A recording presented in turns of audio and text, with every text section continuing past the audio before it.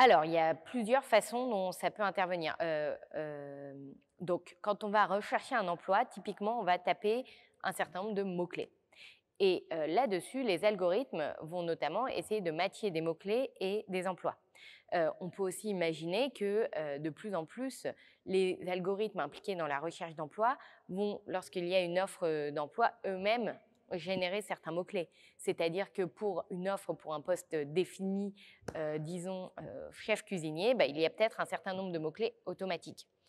C'est d'ailleurs assez intéressant parce que j'ai une anecdote très précise sur des algorithmes de ce type qui existaient il y a quelques années, disons 6-7 ans, où en fait, quand on tapait, moi je suis formée en tant qu'ingénieure, et quand je tapais ingénieur, enfin pas moi, mais du coup des amis, tapaient ingénieur avec un E, donc la façon dont on l'écrit quand on est des femmes, dans le moteur de recherche d'emploi, il n'y avait quasiment aucune offre.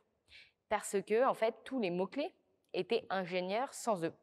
Et du coup, c'était assez, pour moi, quelque chose qui m'avait beaucoup fait réfléchir, à me dire: «Bah, c'est quand même, ça fait partie de ces choses où on se voit au final, c'est pas très compliqué à modifier et ça changerait beaucoup les choses». Donc, dans, on va dire, ces mots-clés, il y a la recherche d'emploi.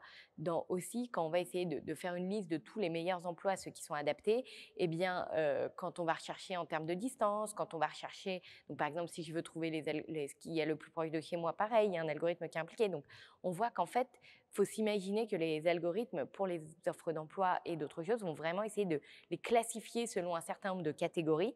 Et donc, les algorithmes vont intervenir pour faire le lien entre sa propre recherche et ces catégories, mais aussi pour, par exemple, de façon automatique, essayer à partir d'un CV ou essayer à partir d'une offre d'emploi de faire émerger, en fait, quelles sont les catégories dans lesquelles cela rentre. Et donc, on peut voir que pour certaines personnes, ça va très très bien marcher, alors qu'en fait, pour d'autres qui peuvent avoir des parcours plus atypiques ou des offres d'emploi qui seraient plus atypiques, ça peut être beaucoup plus compliqué.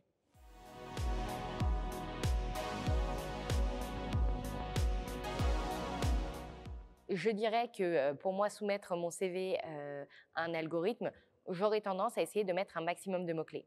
Donc, typiquement, quand on va, avoir, un poste qui avait un titre un peu bizarre, essayer de voir si, en fait, on peut le rattacher à des titres de poste qui seraient, on va dire, beaucoup plus courants pour que l'algorithme le reconnaisse.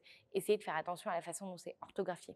Parce que de temps en temps, si dans son CV, on a marqué les choses d'une certaine manière qui peuvent être un peu originales, malheureusement, ça peut ne pas être vu pour les algorithmes. Donc, c'est ce que j'expliquais.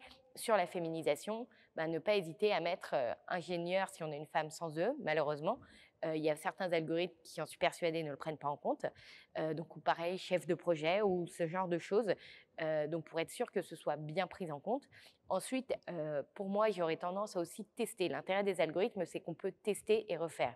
Donc, j'aurais tendance à en fait faire plusieurs CV avec différents types de mots-clés et voir le type d'offre que je récupère a posteriori pour voir lesquels me correspondent. Donc, typiquement, je reprendrai mon CV et à chaque poste, j'essaierai 2 ou 3 types de nominations de ce poste et voir lesquelles vont être le mieux comprises. Pareil, j'essaierai de prendre des catégories qu'on attend typiquement dans un CV, type compétences, et de voir là encore quel type de mots-clés ressortirait. Parce que en fait, c'est ça qu'il faut comprendre, c'est quelles sont les informations qui vont être prises par ce CV. Il faut savoir aussi que, par exemple, si on pense qu'un algorithme peut être discriminatoire envers les femmes, typiquement, il y a un algorithme qui cherche à recruter pour un poste qui est d'habitude pourvu par des hommes. Malheureusement, en fait, même si le développeur va dire attention, on ne prend absolument pas en compte la question homme-femme, on ne prend pas en compte le prénom, par différents types d'activités qu'on peut avoir dans son CV, l'algorithme peut redeviner. Et donc, par exemple, ça peut être le club féminin d'échecs, quelque chose comme ça. Et donc, en fonction de ce genre de choses, ça peut aussi être là. Donc, là encore, avant tout, j'essaierai d'être vigilant et l'intérêt, donc c'est-à-dire vraiment analyser les résultats que je récupère de façon critique. Et si je suis face à une plateforme où je peux soumettre, on va dire, automatiquement mon CV un certain nombre de fois, j'aurai tendance à vraiment faire une multitude de CV et tester lequel marche le mieux. Et d'ailleurs, de façon intéressante, ensuite, savoir quels sont les mots qui ont été importants.